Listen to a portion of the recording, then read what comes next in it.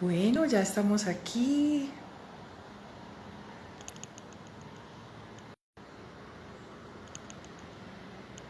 A ver, vamos a buscar a nuestro invitado el día de hoy.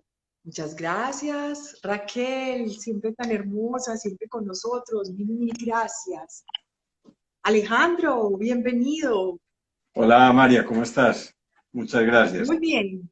Qué placer estés con nosotros, muy puntual, me encanta. Quiero agradecerte, quiero antes contarles a todas las personas que nos están viendo que esta es una iniciativa que se llama Conversaciones de Corazón, para quienes no lo han visto.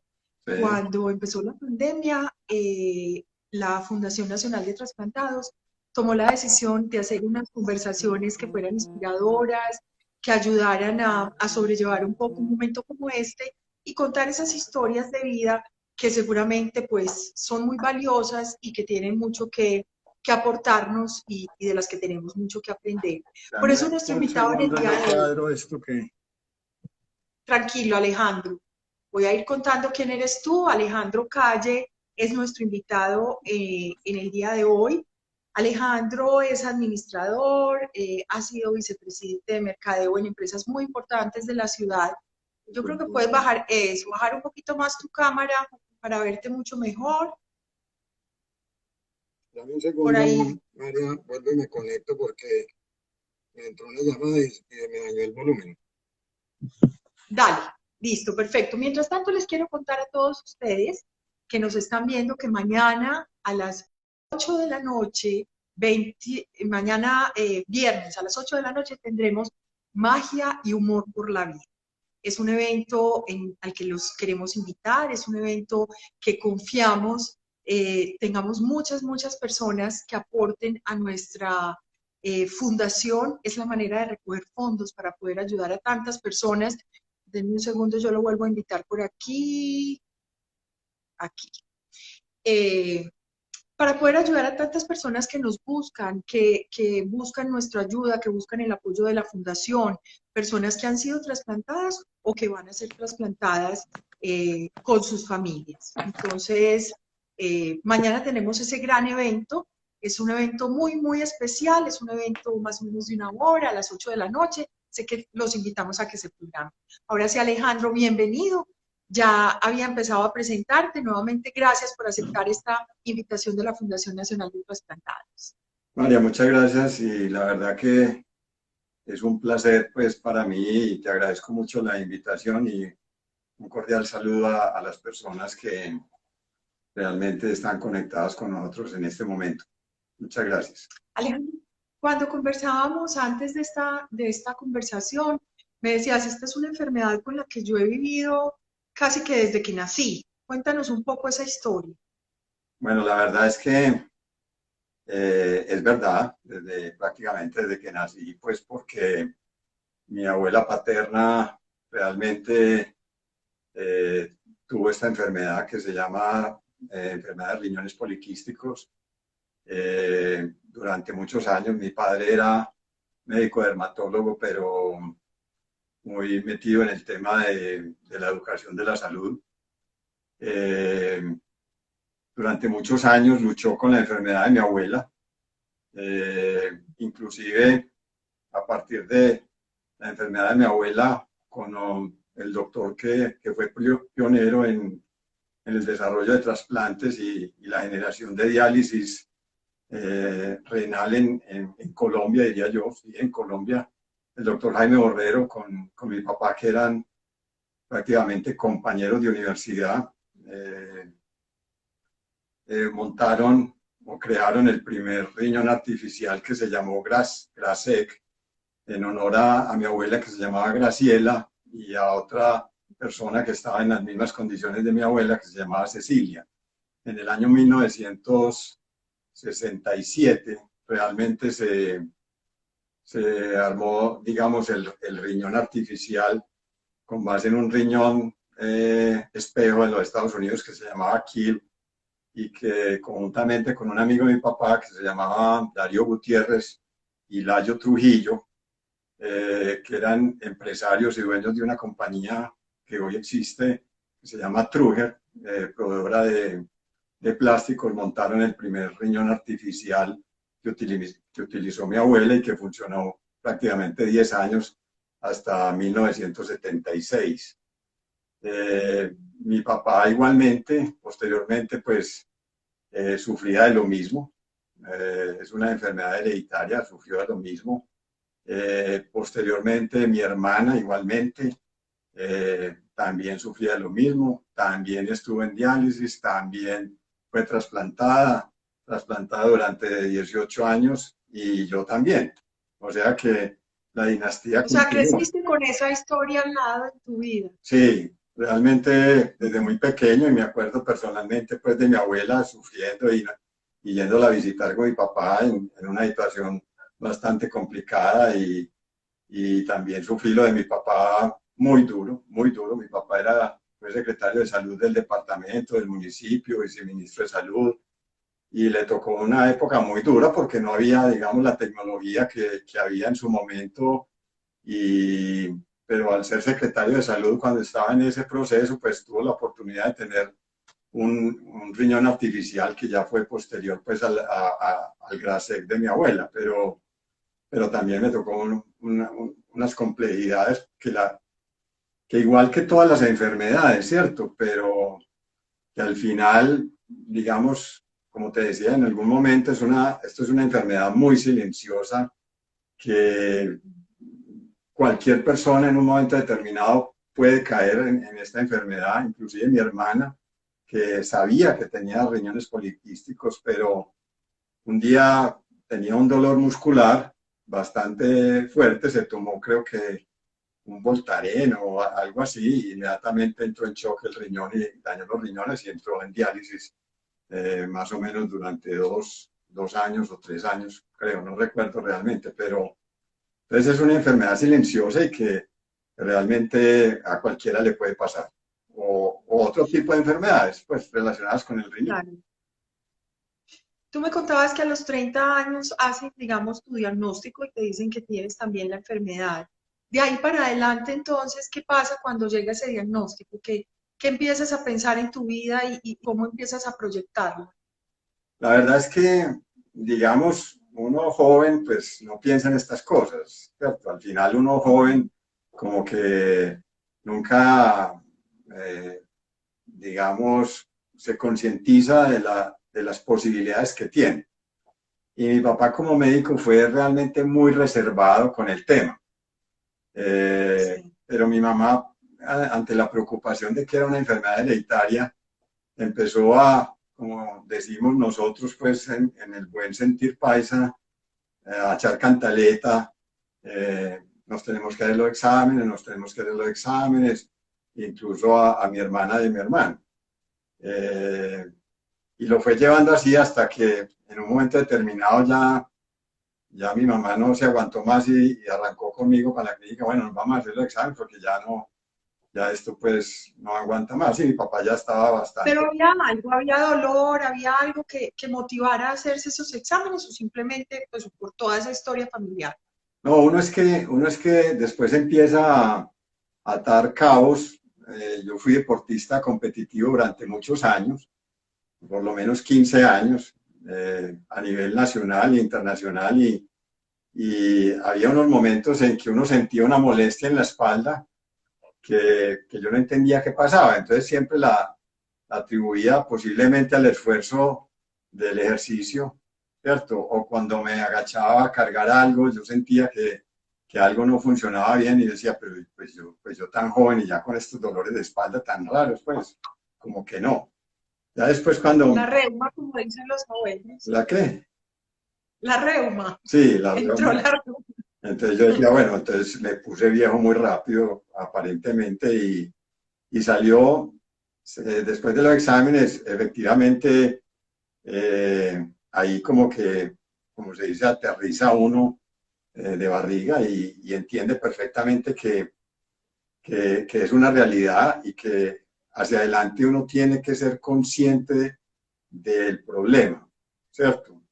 Al ser una enfermedad silenciosa, pues no hay como unas evidencias que uno diga, me siento enfermo, no, porque igual yo seguía haciendo ejercicio, siempre seguía haciendo ejercicio después de que dejé la parte competitiva, seguía haciendo ejercicio, seguía esquiando. El esquí es supremamente peligroso para los riñones poliquísticos porque una caída fuerte en esquí acuático, un golpe prácticamente puede reventar uno de los quistes y los dolores son realmente demasiado impresionantes. Me pasó un par de veces que se me reventaron, 2 o 3 veces que me reventaron los quistes y no se lo deseo a nadie realmente. O sea, llega un momento en que uno dice, prefiero morirme, la verdad.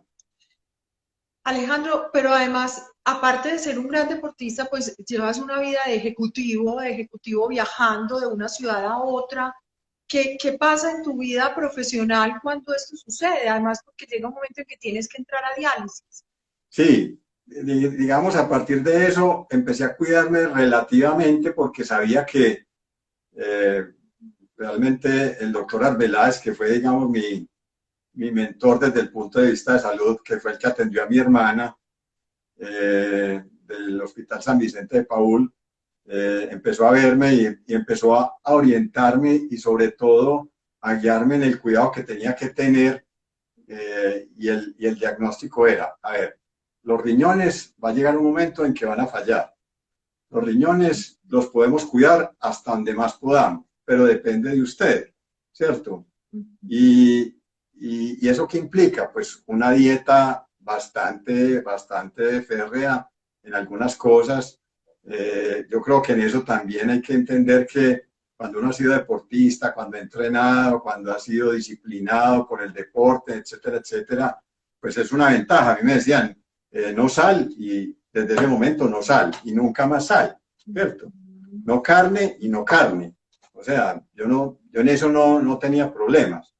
Pero la vida de ejecutivo, pues, exigía, digamos, el viajar mucho, porque siempre estuve en cargos al ser trabajando como ejecutivo en los temas comerciales, como vicepresidente en el Éxito, ahora en el grupo Soya, en fin, siempre era viajando y viajando nacional e internacionalmente. Lo único que a mí me preocupaba de ese viaje hasta hace unos años que ya caí en diálisis, que ya voy a explicar eso, era que me diera algún tema que se reventara algún quiste, porque es una emergencia demasiado grave. Ahí sí es demasiado grave.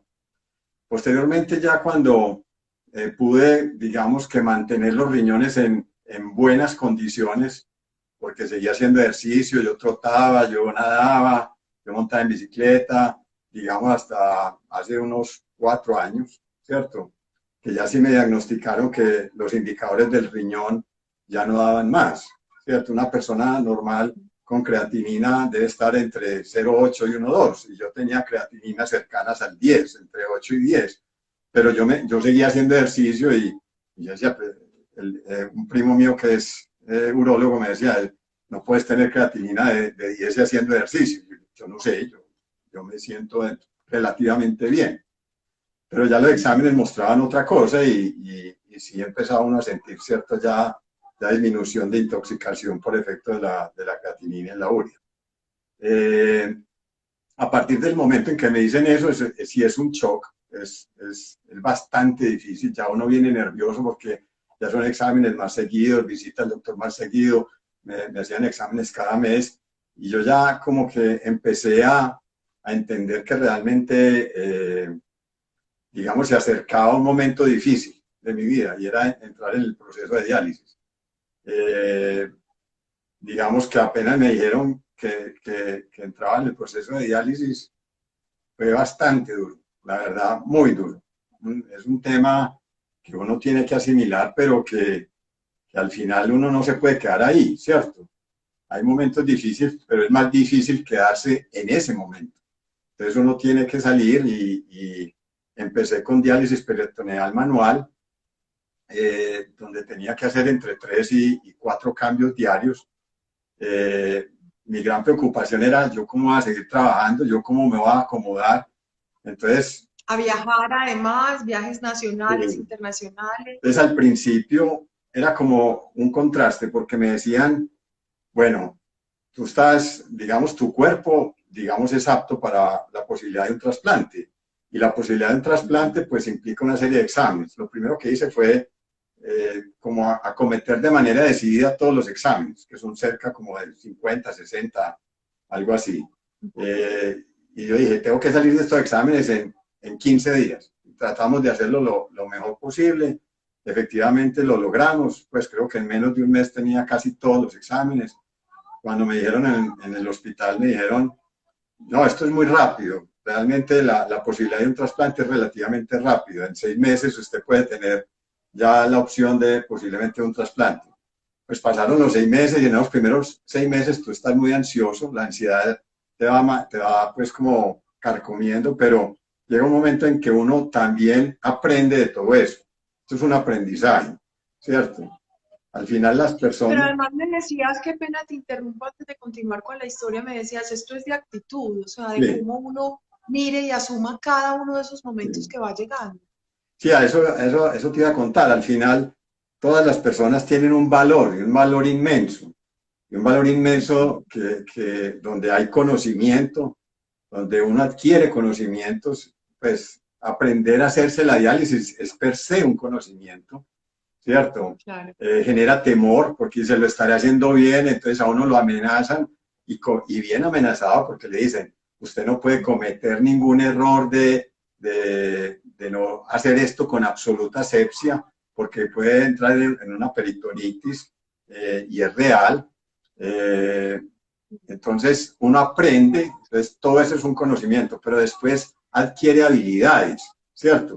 Y el conocimiento y las habilidades suman, pero la actitud multiplica realmente. La actitud que uno Claro, le ponga claro.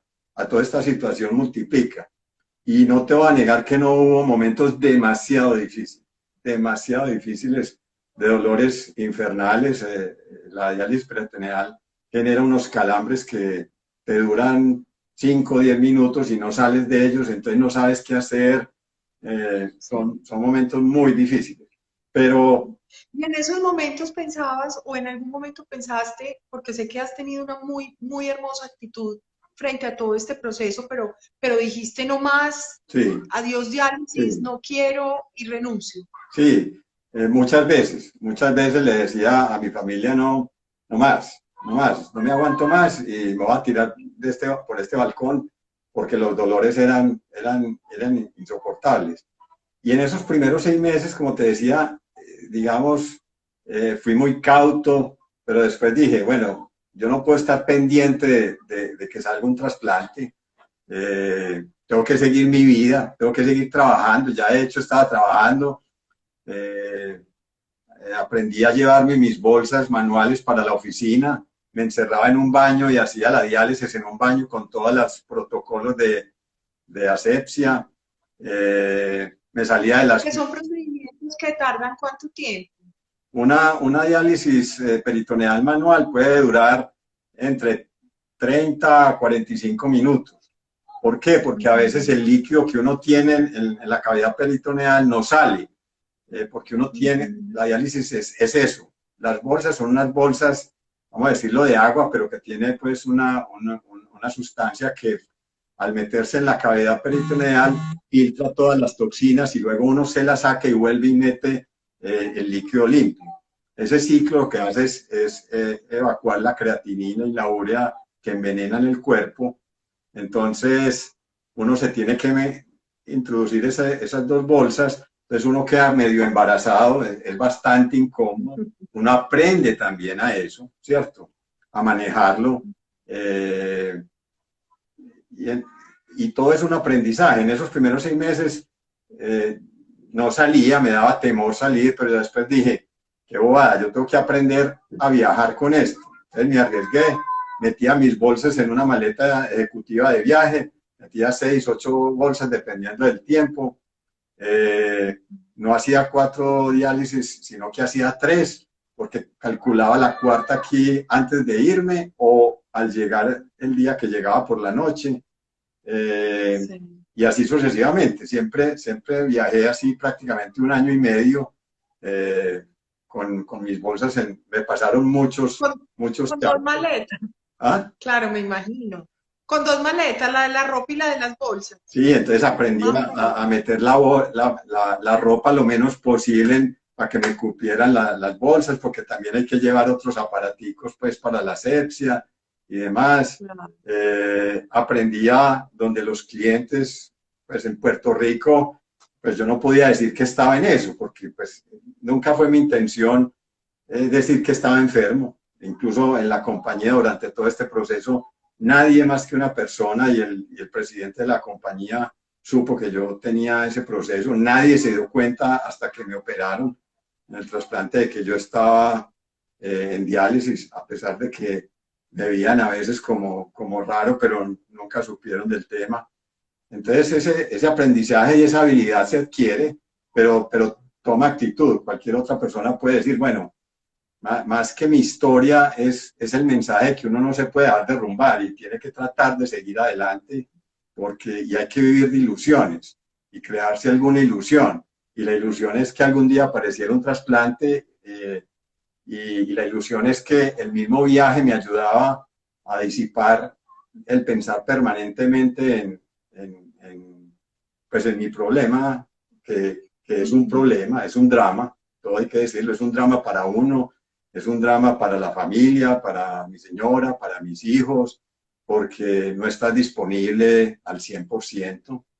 Eh, y así aprendí. Luego pasé a diálisis mecánica a través de un computador que hace la misma función que te digo, pero ya tiene uno que estar conectado dependiendo de la situación de cada paciente, entre 8 y 10 horas. A mí me tocaban 10 horas más o menos, 9, 10, Sí. 8.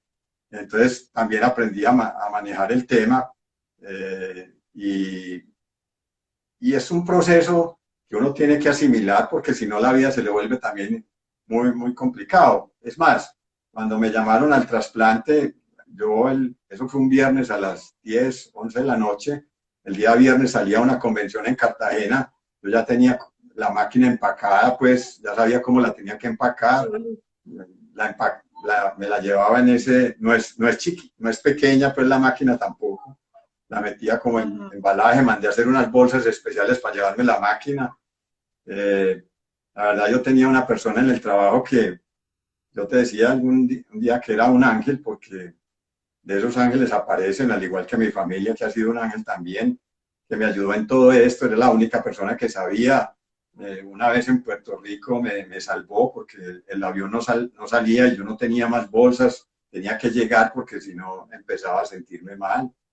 El otro día en Bogotá me dio un shock de una intoxicación, entonces perdí mucha agua y me trajo hasta la casa prácticamente, yo estaba prácticamente en shock.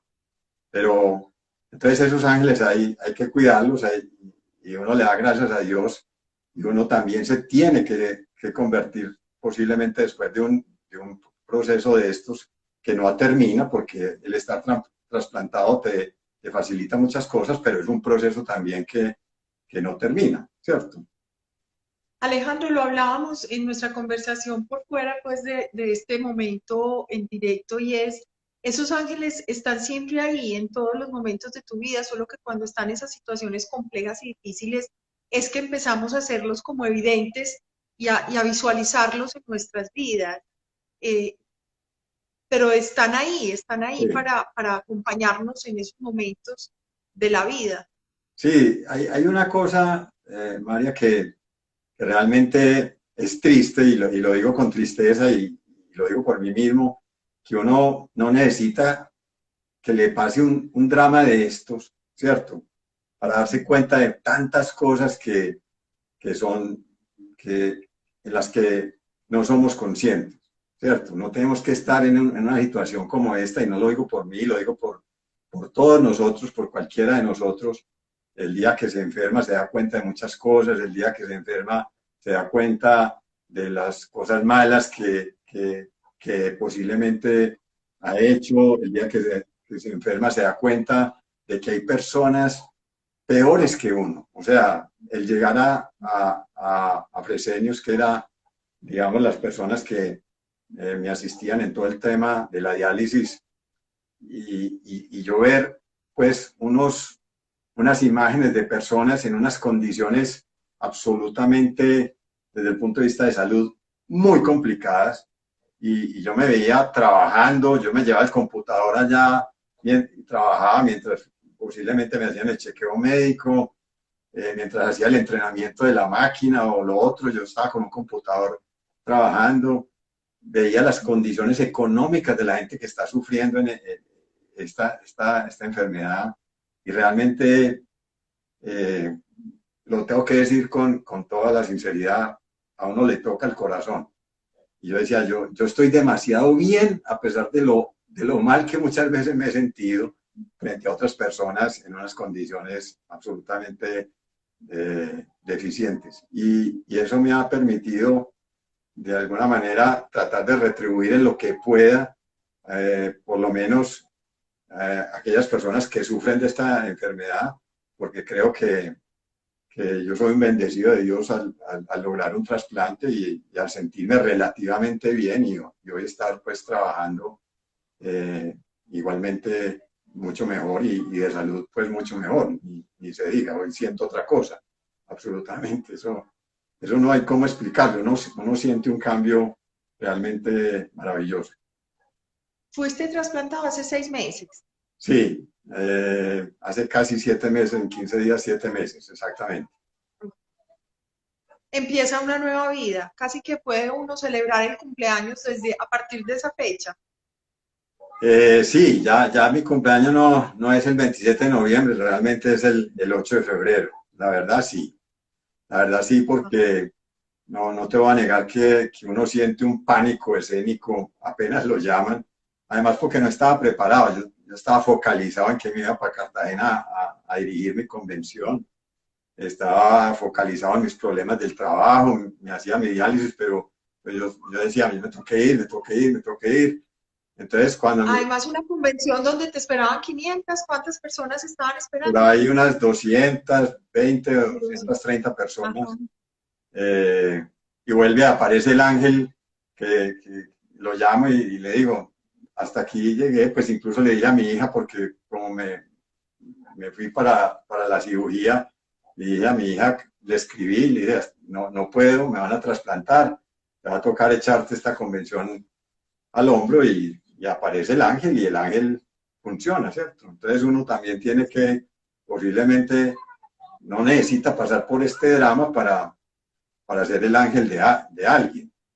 Y la familia lo que apoya y lo que hace posible, uno se vuelve muy, muy sensible ante un proceso de estos. Es que a uno no le duele el cuerpo, a uno le duele el alma, y a la familia también. Entonces, yo creo que esos son procesos que no necesitamos vivirlos por efectos de una enfermedad.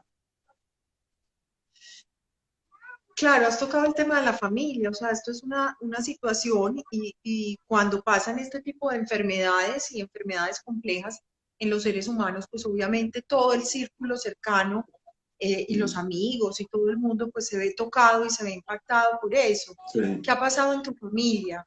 ¿Cómo ha sido esa vivencia al interior de tu familia? Lo que pasa es que, digamos, como que yo muy joven lo viví con mi papá, ¿cierto? Viéndolo sufrir en esas diálisis, entró en coma muchas veces en mi casa. Él era médico, entonces él se daba cuenta de todo, él decía, tengo esto, llamen a Jaime Borrero. Entonces Jaime Borrero tenía el consultorio al lado de mi casa, y eso entraba pues como, Jaime era como ese sí era un ángel, ¿cierto? Un Ese fue el ángel, ángel para un mi ángel. papá. Eh, entonces siempre como que tuve presente, eso. Yo era el que salía a comprar las drogas a las 12 de la noche, porque mi papá se estaba Ujú. prácticamente muriendo, entonces buscando una farmacia a las 12, 1 de la mañana para conseguir una droga que él me decía, conseguime esto urgente. Y entonces la familia se vuelve un soporte, pero o yo por lo menos, como lo viví, siempre he tratado de mantener como que sigan su vida, porque es que uno no se puede convertir en una carga. y yo estaba relativamente bien de salud durante el proceso de la diálisis y demás.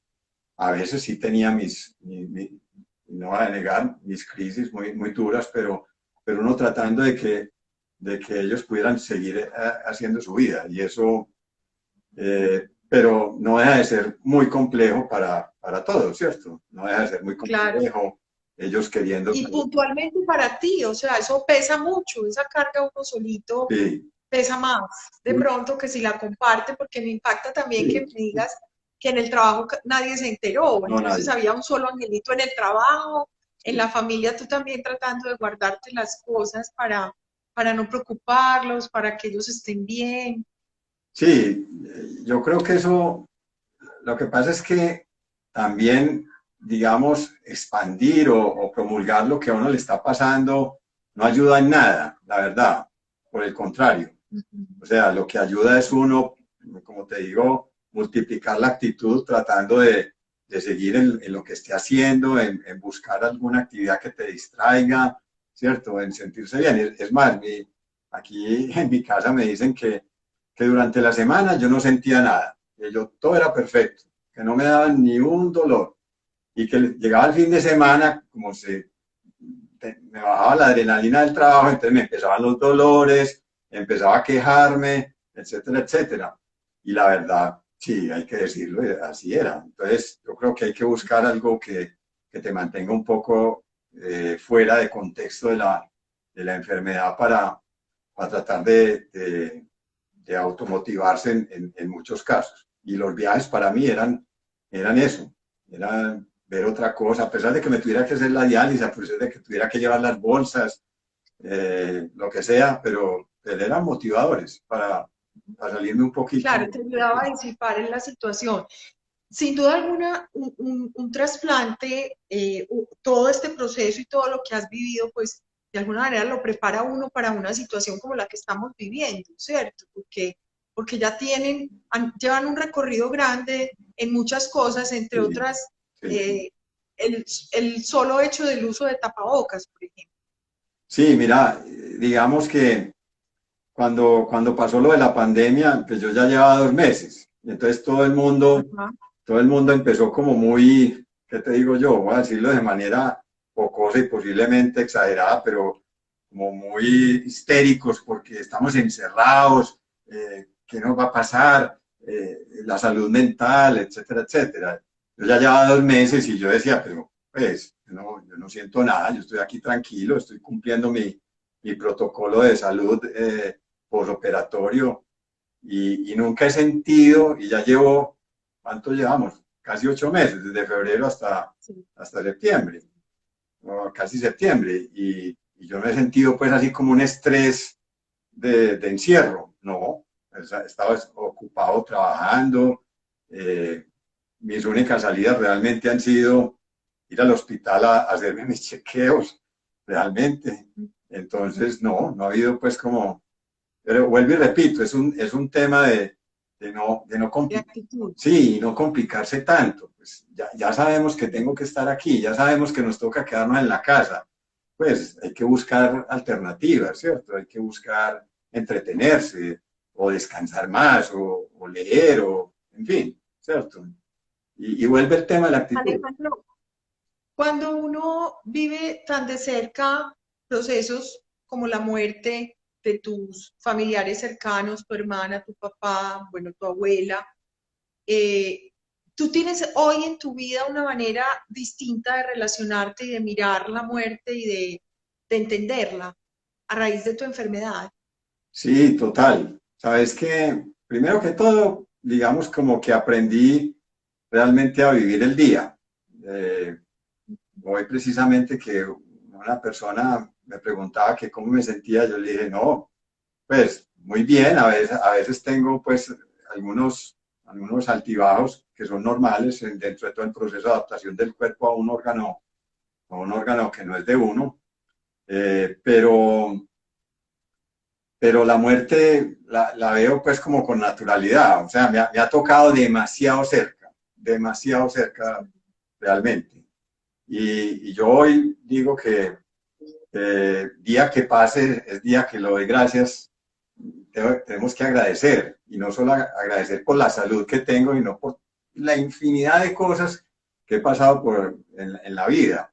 Pues uno en todo esto, en la clínica, cuando estaba pues después del trasplante, pensaba mucho en eso, ¿cierto?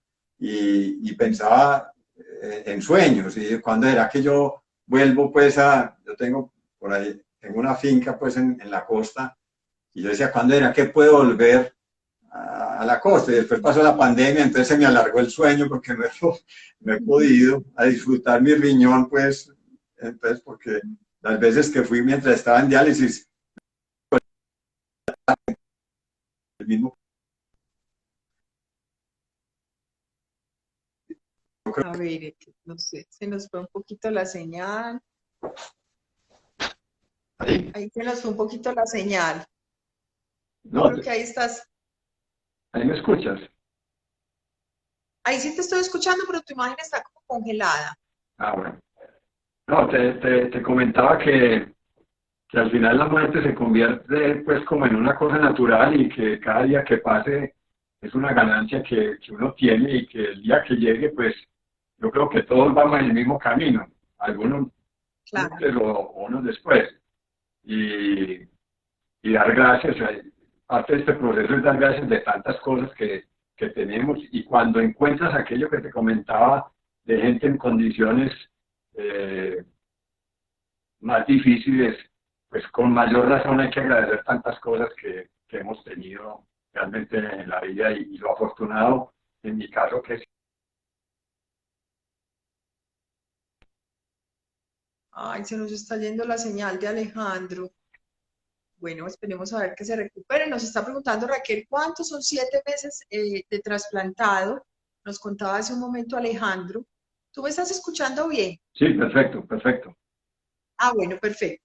Bueno, te estoy viendo un poquito como borroso o algo, pero podemos entonces seguir aquí la conversación porque quería preguntarte por el tema de si se empieza a establecer una relación diferente como con ese ser superior, con esa, no sé, con esa fuerza que indiscutiblemente uno siente en esos momentos difíciles. Sí, total. O sea, no podemos desconocer pues que esa fuerza existe, no podemos desconocer que uno deposita toda su esperanza en ese ser, llámese Dios, cualquiera, respetando pues los cultos de las personas, pero cuando estaba en la cama de la clínica, porque realmente no me trasplantaron ahí mismo, yo llegué a las 12 de la noche a la clínica, yo pensé que me iban a arreglar, pues a hacerme todo el protocolo y que iba a salir para la cirugía.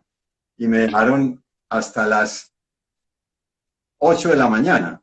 Entonces yo hasta las 8 de la mañana desvelado pensando, bueno, ¿qué va a pasar conmigo? Aquí me puedo morir en la sala de cirugía, esto va a salir bien, esto va a salir mal. Entonces, eh, la verdad sí, sí, uno se invoca a ese ser superior y deposita todas sus esperanzas en él, la verdad. Y, y, y cuando uno se despide de la familia para esa cirugía, es como ¿cierto? Es la despedida, pues no sabes si regresas y ya hay que asumirlo. Pero ibas confiado. Sí, la verdad sí. ¿Sabes por qué? Porque al final, digamos, yo decía, hombre, dentro de todo tengo un cuerpo más o menos sano, ¿cierto? Sí, sí. Eh, el médico, que también hay que decir que esos son unos ángeles, aparecen otros ángeles y lo quiero decir, eh, los médicos de la unidad renal del Hospital Pablo Tobón Uribe para mí han sido unos ángeles, inclusive antes del trasplante y ahora son 4 médicos, pues que yo te digo que yo pues me quito el sombrero.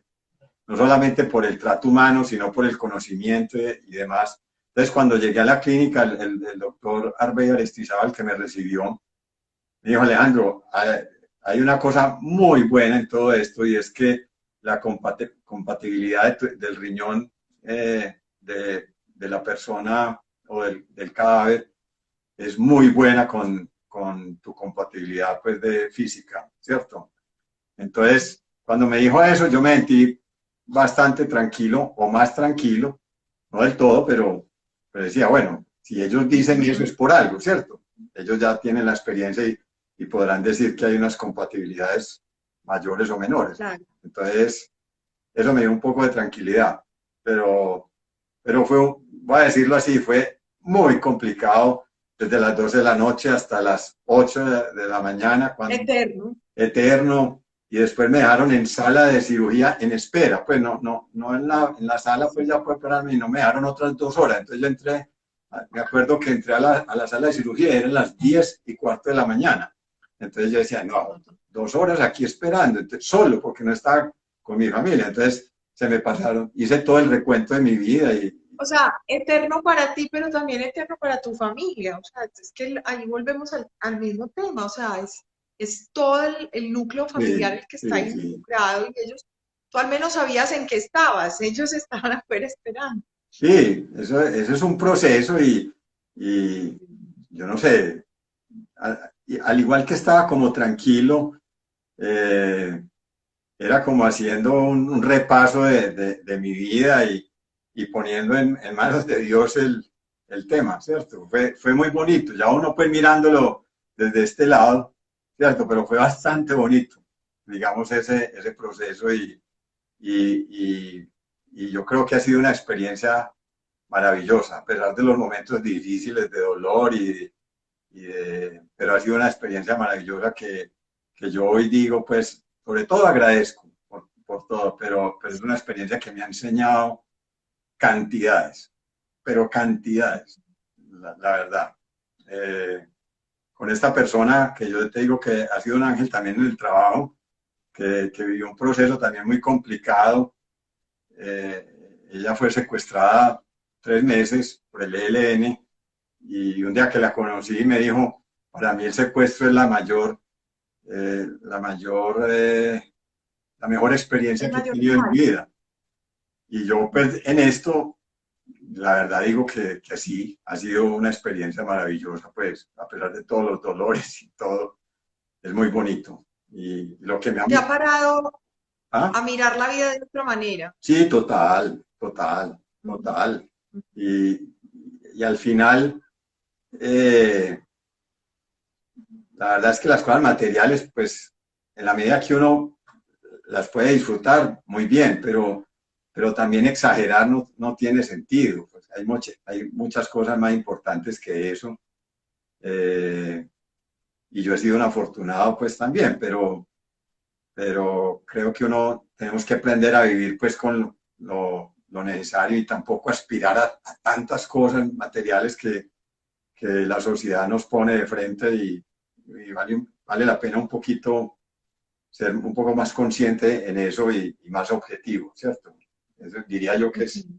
parte de las enseñanzas. Y mirar a la otra gente también un poco con bondad. Es que eh, no todos tenemos la oportunidad, y lo digo yo pues abiertamente, no todas las personas han tenido la oportunidad que yo he tenido desde todo punto de vista de mi trabajo, de mi tema económico, de mi familia, en fin, de las personas que me han acompañado en el trabajo y personalmente este ángel que se ha portado conmigo en todo este proceso como nadie. Eh, entonces, yo creo que hay que empezar a valorar muchas de las cosas que tenemos, ¿cierto? Pero más en lo emocional y lo sentimental que en lo material, María. Alejandro, muchas personas agradeciendo tu testimonio. Aquí hay uno muy lindo de Zuliani que dice muchas gracias por compartirnos tu viaje. Definitivamente hace parte de tu proceso y quieres convertirte en ángel para otros, como nos lo has dicho.